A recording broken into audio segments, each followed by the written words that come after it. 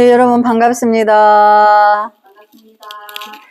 네, 금강경 전 시간에 이어서 100페이지 중간에 한번 볼까요?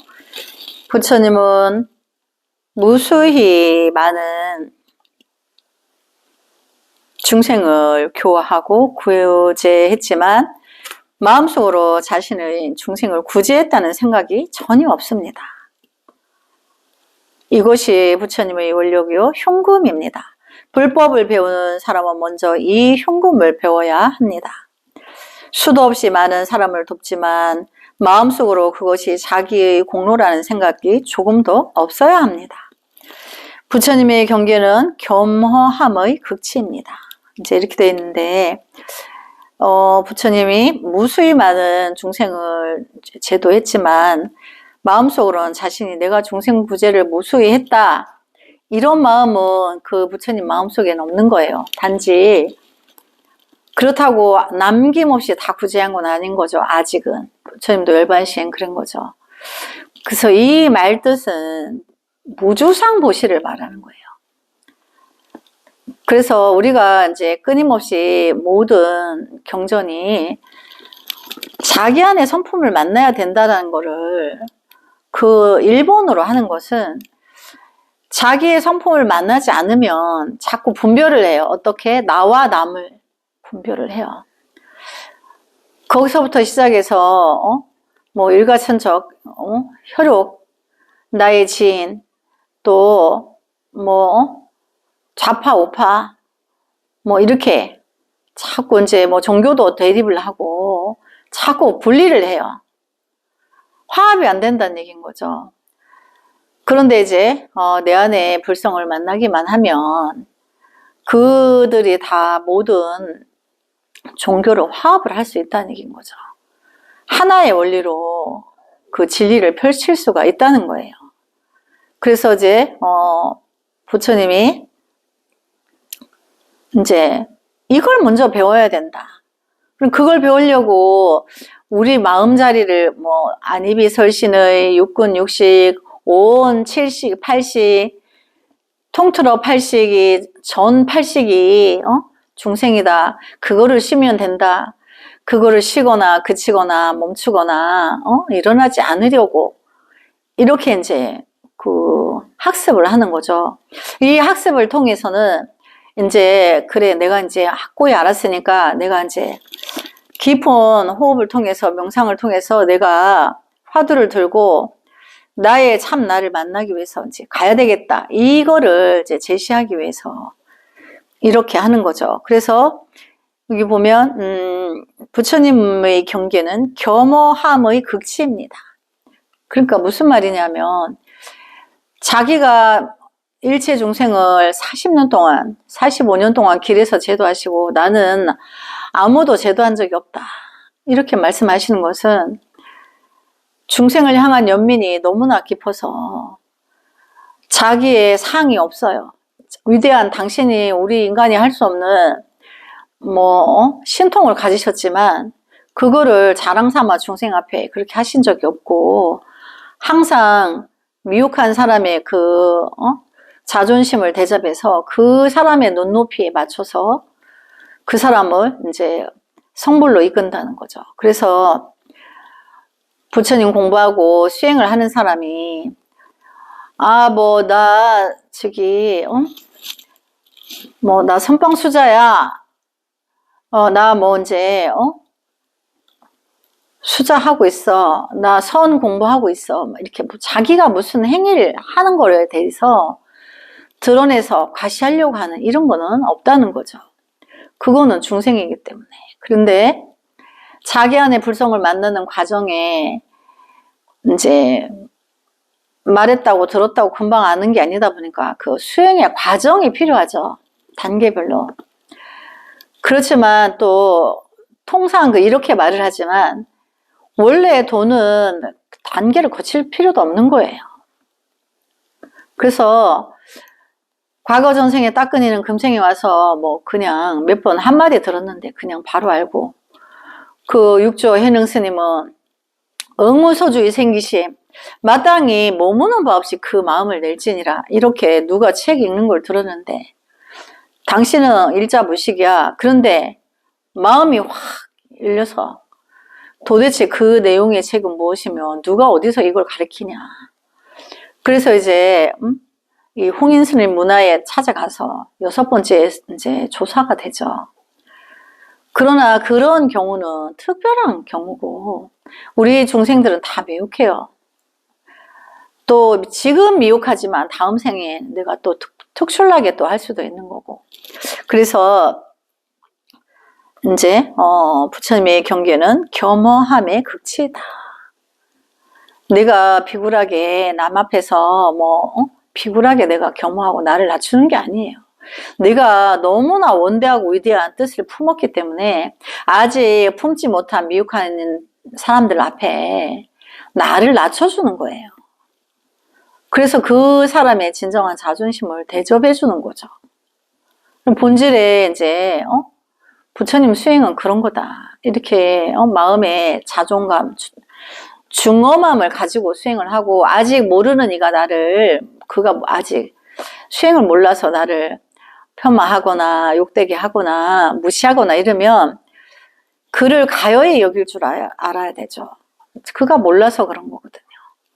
수행을 모르다 보니까 상에 물들어서 남들이 그런 삶을 지향하니까 자기도 뭐 좀 있거나 좀 알면 아는 아상을 내고 있는 상을 내는 것 자체가 그에게는 병인 건데 거기에 내가 휘두를 필요가 없는 거죠. 내가 겸허의 극치인 중대한 지엄한 법을 내가 지니고 그것을 결국 내가 이제 판검사처럼 지휘하고 갈 사람인데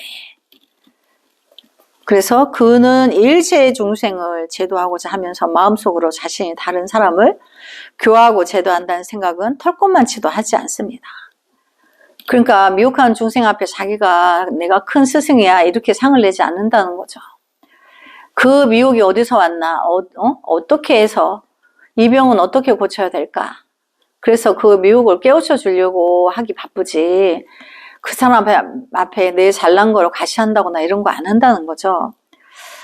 이 때문에 부처님은 다른 종교의 교주와는 차이가 있습니다. 단지 여러분의 성취는 여러분 자신의 노력 때문이라고 말할 뿐입니다. 왜 그럴까요? 그러니까 이제 지구상의 모든 신을 모시는 종교는 유일신, 나만 믿어라 그러면 된다. 근데 불법은 그게 아닌 거죠. 너가 부처다. 나를 믿으라가 아니고 너의 안에 있는 너의 불성을 만나서 너의 불성을 믿어라는 거지. 서가모니 부처님이 나를 믿어라가 아닌 거예요. 그 누구에게나 종교가 달라도 사람들 마음속엔 자기 불성이 다 있기 때문에. 그래서 이제 지극히 부처님은 권위의식이나 이런 거는 털끝만큼도 먼지 티끌만큼도 가지고 있지 않다는 거죠. 사상과 아의 관념을 볼까요? 수보리여 만약 보살이 아상, 인상, 중생상, 수자상을 갖는다면 보살이 아니기 때문이다. 그렇죠. 이제 우리가 이제 보살은 지금처럼 이렇게 이제 소승을 공부하고 이어서 나가서 또 아라한과에 들어서 대승을 공부하고 그래서 이제 보살의 입지에 들어서 실천적인 행을 하는데 자기의 불성을 만나서 이제 중생 교화에 들어가는 걸 이제 보살도라 한다 그랬죠. 그렇게 하는데 그렇게 하는 행을 하는 보살은 자기가 아상, 인상, 중생상, 수자상에 없다는 거예요. 뭐 있지도 않죠. 뭐 저도 안 하고. 그래서 부처님은 말합니다. 수보려 대승 보살도를 공부하는 사람이 마음속에 아직 나와 너 그리고 그 사람에 대한 구별이 남아있고 심지어 다른 사람에게 도움을 베풀면서 그 사람이 고맙게 받아들여야 마땅하다고 생각한다면 이것은 세속의 법이다. 그렇죠. 우리가 보살도를 공부하는 수행자들이 이제 스님이나 제가 볼자들이 수행자죠. 수행자들이 내가 베푼 거를 베풀어줬으니까 너가 감사하게 생각해야 돼, 나에게. 이렇게 하면 안 된다는 거죠. 내가 베푼 건 헌식자처럼 보려고 베푼 적이 없어. 그래서 이제 내가 누군가에게 이제 자선을 하고 싶어요. 이제 대선장에 있다가 보면 누가 어렵고 힘든데 내가 자선을 베풀고 싶어. 그래서 내가 가지고 있는 돈 얼마를 주고 싶을 때 돈을 내면 상대방이 부끄러워하고 수치스러워서 또 너무나 놀라워서 아니라고 거절하죠. 다른 나라 사람은 모르겠고 한국 사람은 일단 한번 거절해요. 근데 그때 그 사람이 어떻게 해야 받을 수 있냐면 이걸 이제 실천을 해야 돼, 익혀서. 나는 오늘 내가 이거 100만 원을 드리지만 내가 그대에게 준 적이 없습니다. 마음의 성의니까 받아주십시오. 주는 내가 겸손해야 되죠. 저는 당신에게 드린 적이 없습니다. 그렇지만 내 마음이니까 받아주십시오. 이렇게 내가 사정을 해야 되는 거예요. 그렇게 해서 그가 받을 때 부끄러워하지 않고 민망하지 않게 자기 자존감이 낮아지지 않도록 해서 줘야 돼요. 그러면 그 사람이 감동해서 다음에 나도 누군가에게 베풀 때 필히 그러리라. 그래야 받을 수 있죠. 그래서 상을 내서 주면 우리나라 사람들은 상 내서 주면 저도 안 받아요. 근데 받아준 자체를 감사하게 생각하고 내가 드린 적이 없다. 그러니까 받아주십시오. 이렇게. 그래서 또 누구든지 도움을 줄 때 있고 받을 때 있고 나도 도움을 받은 적이 있고 또 당신도 오늘 나에게 이렇게 받는 것을 나중에 누군가에게 또 할 수 있고 그러나 이제 나는 지금 이 순간 준 적이 없다. 드린 적이 없으니까 받아주시라고 그렇게 이제 정중하게 받는 그가 그 사람의 자존심을 대접해 줘야 되는 거예요. 이거는 부끄러운 일이 아니고 당당히 받으실 수 있다고. 그러면 이제 내가 그렇게 주고 나면 기쁘죠. 준 사람이 받은 사람보다 더 기쁜 거예요. 그래서 해본 사람은 자꾸 그거를 실천하는 거예요. 왜? 자기가 그렇게 베풀고 자기가 감동하니까. 그래서 다른 사람에게 내가 베푼 거를 고맙게 마땅히 그렇게 생각해야 된다. 이런 사항을 가지면 세속의 법이다. 중생이다. 미혹한 사람이다. 이 뜻인 거죠. 그 사람이 고맙게 받아들여. 불법은 그렇지만 이것은 세속의 법이다. 불법은 그렇지 않다. 근데 불법은 세속법처럼 중생처럼 그렇게 하지 않고 무주상 무시한다 그랬죠. 조건 없이 주는 거 조건 없이. 한번 베풀고 나면 그것으로 그만이다. 마치 봄날의 꿈이 아무 흔적도 남기지 않는 것처럼. 그렇죠. 베푼 거는 그렇게 해야 되죠. 그래서 그렇게 깨끗이 잊어버린다. 그러니까 헌신짝 버린 것처럼 헌신 버리고 그 신발 어디 쓰레기장에 갔나 알고 싶지 않죠. 그런 것처럼 만약 일부러 그것을 잊고자 한다면 보살이 아니다. 여기 의도적으로 또 자꾸 생각이 나서 잊으려고 애를 쓴다면 보살이 아니다.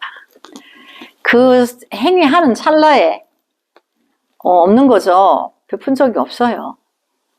그럼 이제 잊어버리려고 애쓸 일도 없어. 이미 지웠기 때문에 그 찰나에.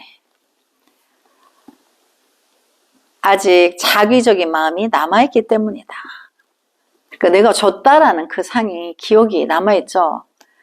그래서 내가 겸손하고 진중한 마음으로 상대에게 이제 제발 받아주십시오. 이렇게. 그렇게 해서 그가 받아줬는데 얼마나 감사해요. 받아준 게 감사한 거예요. 아니 저도 안 봤는데 자기가 어떻게 보실래 그래. 자기 업장 소멸이 안 되는데. 그러니까 이제 우리가 대중을 속에서 공부를 하면 내가 베푼 헌공도, 헌식도 그들이 있어서 헌식이 가능했던 거지. 없다면은 내가 헌식을 베풀었는데 쌀 뭐 100가마에 베풀었는데 아무도 안 가져간대. 그러면은 베풀어서 내가 마음을 닦을 수가 없잖아. 그러니까 항상 내가 이 수행이 통할 수 있고 나의 마음을 받아줄 수 있는 대상이 있다는 것이 얼마나 감사한 건지 몰라요. 그래서 그렇게 내가 이제 배려했기 때문에 받는 이가 자기가 존재감 낮아지지도 않고 또 이 사람이 하는 이런 아름다운 행을 나도 때가 되면 나도 이렇게 하리라. 이렇게 그 사람 마음에 다진다는 거죠. 그래서 이제 천지는 만물을 만들어냈지만 그것을 사적으로 소유하지 않습니다. 그렇죠. 천지는 이제 뭐 만물을 다 포함하고 있지만 바위나 나무가 뭐 사적인 사심이 없죠. 그냥 본능적인 나무가 물을 나무 뿌리를 통해서 빨아들여서 나무 줄기에 물을 공급해 줘야 되고 그거 이외에는 뭐 다른 작용을 하지 않는 거죠. 그래서 도란 천하의 것으로 공적인 것입니다. 그렇죠. 도가 내가 도를 잃었다고 내 게 아니고 내가 과시하고 자만할 게 없는 거예요. 천하의 것이기 때문에. 그런데 자기 거있냐 뭐 무슨 그리고 뭐 또 질문하면 또 안 가르쳐줘. 그 천하에 인색한 그가 도가 도인이 되겠어요. 자, 의외로 많아요. 근데 이제 공부 그런 과정이 있어요. 미국화에서 그 욕심쟁이. 근데 자기 거 되지도 않고 남의 것도 되지도 않아. 그 저도 안 가져가 누가 이제 그렇게 하고 있는데 그래서 부처님 우리에게 모든 것을 말해줍니다. 그런데도 우리는 왜 부처님의 경계에 도달하지 못할까요? 금강경은 사상을 말합니다. 상이란 현상으로서 심리적인 측면에서는 관념이라고 할 수 있습니다. 우리는 일종의 관념을 갖고 있습니다. 그래서 그 관념이 사상이 아상, 인상, 준생상, 수자상이라는 거죠. 인상은 한마디로 너와 나에 대한 관념입니다. 이제 너가 있음으로 해서 내가 있다. 우리가 이걸 상대성 원리라고 했죠. 근데 상대성 원리에 접목이 되면 다 중생이에요. 그래서 너라는 거를 분별함으로 해서 나가 있게 된다는 거죠.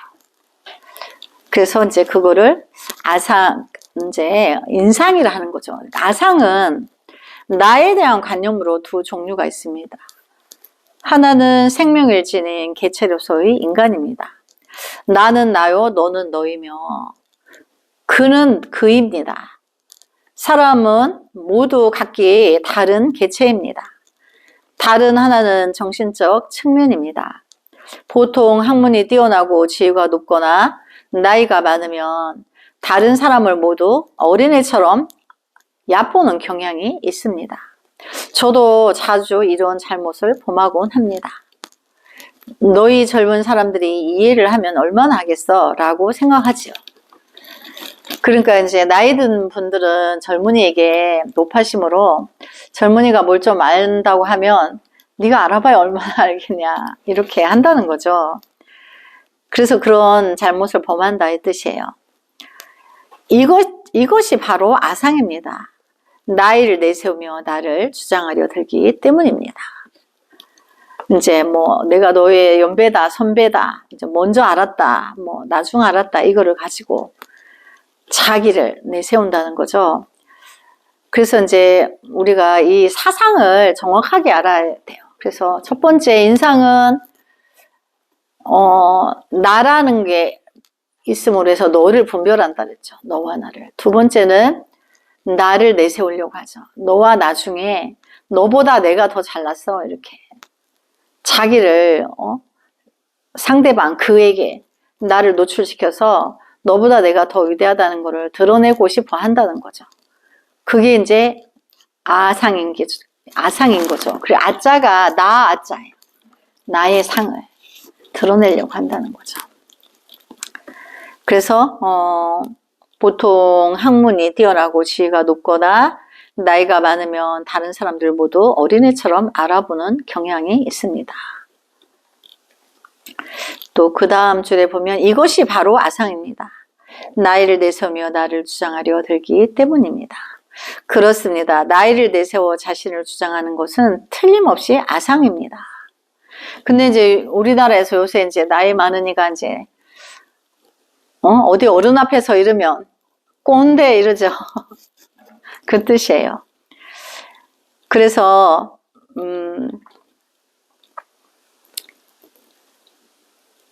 그런데 또 많은 젊은이들이 또 젊다는 것을 내세워 자신을 주장합니다. 그렇죠. 또 나이 많은 사람은 무시해. 왜? 내가 재산이 더 많아. 나이 많은 사람보다. 왜? 젊다는 건 재산인데 돈으로 살 수 없기 때문에. 젊은이 입장에서는 최소한 당신보다 내가 더 젊으니까 내가 더 부자다. 그래서 또 연배를 무시하는 경향이 있죠. 그것도 역시 이제 아상인 거죠. 남자아이들은 남자라는 것을 내세워 자신을 주장합니다. 그렇죠. 여자아이들 앞에서 아이고 이제 여자가 말이야 이렇게. 그래서 이들 모두 주관적인 선입견으로서 관념 속에 존재하는 나입니다. 또 문장은 자신이 최고라고 생각해서 다른 사람이 손대는 걸 질색하는 경우도 있습니다. 이것 역시 모두 아상입니다. 또 이제 여기 보면 이제 문장이라는 건 이제 이렇게 문학에 대가인 사람들이 있어요. 문학에 대가인 사람들이 글도 짓고 뭐 책도 편찬하고 하죠. 근데 그들은 어마어마한 자기 상이 있어요. 그 문학을 가진 사람들이, 학문이 깊은 사람들은 어마어마한 그 자기의 상이 높아요. 자기의 세계관에서. 그래서 우리 학교에 가면, 대학교에 가면 이제 대학 교수가 뭐 인간사 중에 최고의 탑을 가지고 있죠. 그게 이제 또 박사야 또 박사 논문이 또 몇 개나 된대. 그러면 이제 불법에서는 아는 만큼 보인다고 모를 때 그 말을 쓰지만 중생세계의 그 상으로 지식으로서 학위를 받은 거죠. 해안으로 받은 게 아니에요. 그 해안으로 박사를 받으려면 서가모니 부처님이 출연해야 돼. 근데 이제 자기의 성품을 만나면 서가모니 부처님 출연 안 해도 이미 내가 그 경지를 아니까 인간사의 박사 1000개가 필요 없어. 그런 거 없어도 난 이미 다 내가 능력자야. 그러니까 인간사의 어지러운 작은 그런 거에 연연하지 않고 초월해 있기 때문에 당당하지만 그가 중생을 앞에서 뭔가를 제도할 때는 겸허하고 자기를 낮춘다는 거죠. 그래서 이제 성철 스님이 살아계실 때 이제 그 일천재 이야기를 하셨는데 세상에는 세 부류의 이제 성불 못하는 부류가 있는데 첫째는 그 학식이 높아서 상이 높은 사람, 박사 학위를 많이 갖고 있어. 그 사람은 어떤 인간 앞에서 자기가 마음을 숙이지 않아요. 겸허함이 결여돼 있다는 걸 말하는 거예요. 근데 스님이 이렇게 말하는 거는 전부 다 그렇다는 게 아니고 많은 프로수가, 전체는 아니지만 그렇게 있다는 거죠. 안 그런 사람도 분명히 있어요. 또 권좌에 있는 사람, 권좌에 있는 동안은 성불이 안 돼요. 또 그 다음에 돈이 많은 사람, 돈이 많이 가져서 바닥에 나기 전까지는 이제 공부가 안 돼. 상을 내고 내가 재산이 많은 것으로 돈이 없어 이제 약한 사람, 약자에게 피해를 주고 그러면서 인성이 극해져서 물론 돈이 많고, 인성도 품위가 있고, 도덕과 윤리가 다 채워진 사람도 있죠. 근데 그런 사람은 적고, 대부분 돈이 없다가 있으면, 더 나쁜 사람이 된다는 거죠. 보기 흉한 사람이 된다는 거예요. 그래서 이제 우리가 이제 이렇게 이제 공부를 하다가 자기의 불성이 드러나서 자비심이 이제 참 나를 만나서 진짜가 나타나셨어. 그래서 이제 중생세계에 뭔가를 다가가려 하니까 중생세계는 물질이 필요해요. 도인이라도. 왜냐하면 뭐 지붕이 새지 않는 집이 방 한 칸이라도 있어야 되고, 수행자가 먹어야 되는 게 있고, 또 우리는 뭐 입고 벗고 옷도 있어야 되고, 목욕도 해야 되고, 이런 시설을 갖추려니까. 그래서 이제 공부에만 몰두하게 하려니까. 스님이 어릴 때는 저 산에서 스님들이 탁발하러 왔어요. 그 바랑을 메고 뒤에 바랑을 가운데로 딱 박음질을 해서 이쪽에는 백미를 넣어주시고 이쪽에는 보리쌀이나 콩이나 있으면 그걸 받아가지고 가고 그렇게 했어요. 부처님께 공양 못 드리는 거를 제자가 너무 수치롭고 부끄럽게 생각해서 발바닥에 닳도록 이제 목탁치면서 공양미 받으러 다녀요. 근데 그런 시절은 도인도 많이 났는데 지금 모든 문명이 밝아져서 그런 고생 안 하고 수행할 수 있는 환경이 어마어마하게 좋아졌는데 도인은 잘 안 나타난다는 거죠. 상에 머물러서 물질에 탐닉이 돼가지고 그렇다는 거죠. 그래서 저 오늘 여기까지 공부하고 다음 시간에 이어서 하겠습니다. 나무 서가모니불 성불하지 않겠습니다.